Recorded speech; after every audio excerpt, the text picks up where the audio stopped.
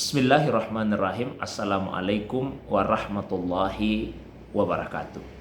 Alhamdulillah wassalatu wassalamu ala Rasulillah wa ala alihi wa ashabihi wa mawalah amma ba'du. Segala puji hanyalah miliknya Allah.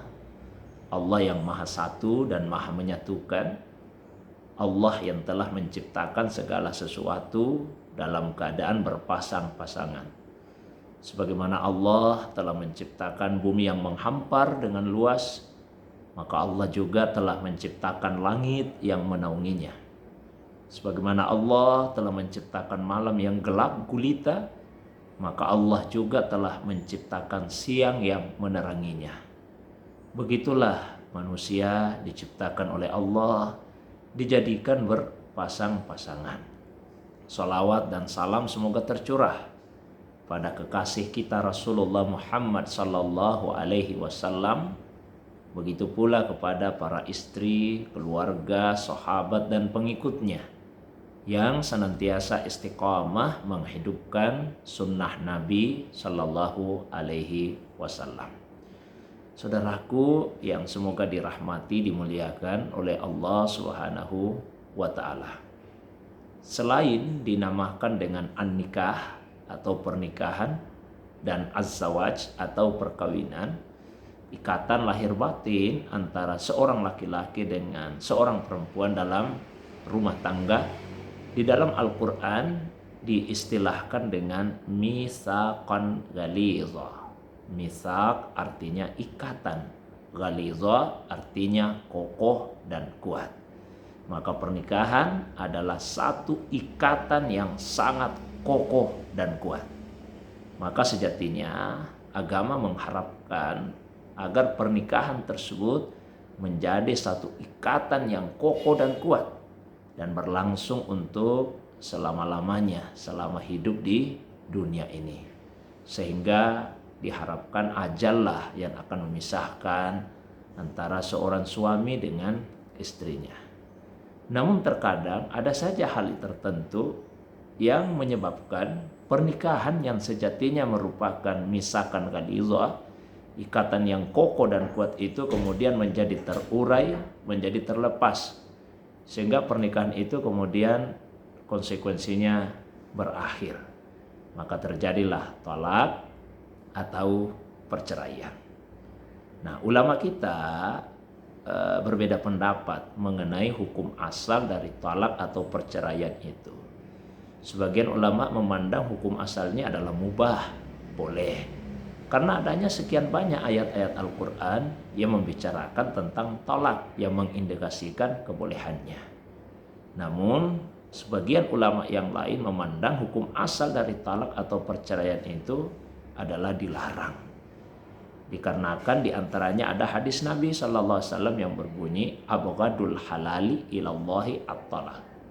Perbuatan halal yang paling dibenci oleh Allah adalah at-talak atau perceraian. Nah, hadis ini menunjukkan bahwa sekalipun talak itu perbuatan halal, namun karena disebutkan sebagai sesuatu yang paling dibenci, maka itu menunjukkan adanya pelarangan di dalamnya. Nah, kalau difahami bahwa hukum asal dari talak itu adalah dilarang, maka ia dilakukan ketika ada asbab, ada sebab-sebab tertentu yang menghendakinya.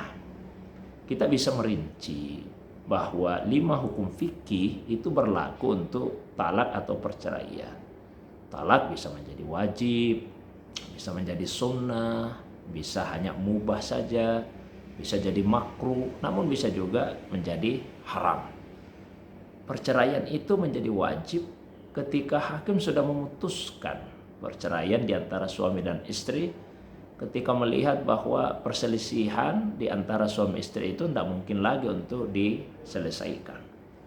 Menjadi sunnah ketika misalnya salah satu di antara keduanya, misalnya istri, ya sudah maksiat kepada Allah Subhanahu wa taala dan tidak lagi bisa untuk dinasehati, tidak lagi bisa untuk diubah.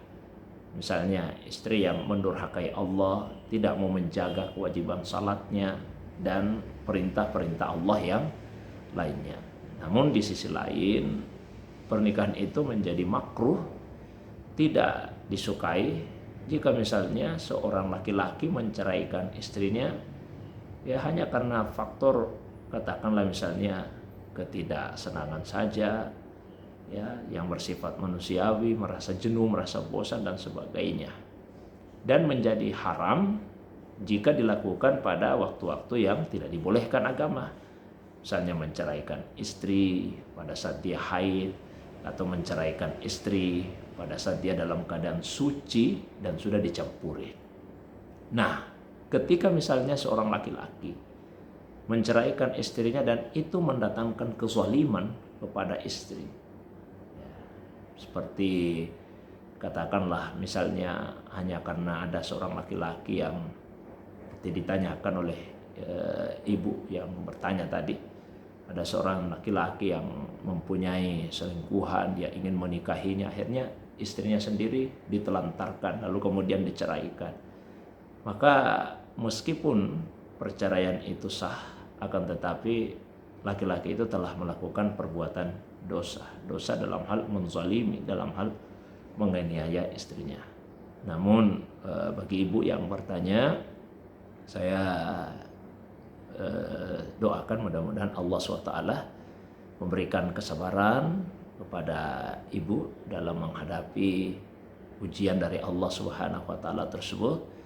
Akan bersyukurlah kepada Allah Subhanahu wa taala oleh karena Allah telah melepaskan ibu dari pernikahan yang boleh jadi justru akan mendatangkan keburukan dalam kehidupan ibu. Yakinlah, terkadang ada sesuatu yang kita tidak sukai, namun boleh jadi itulah yang mendatangkan kebaikan. Sebagaimana sebaliknya, boleh jadi ada sesuatu yang kita sukai, namun justru itulah yang mendatangkan keburukan dalam kehidupan.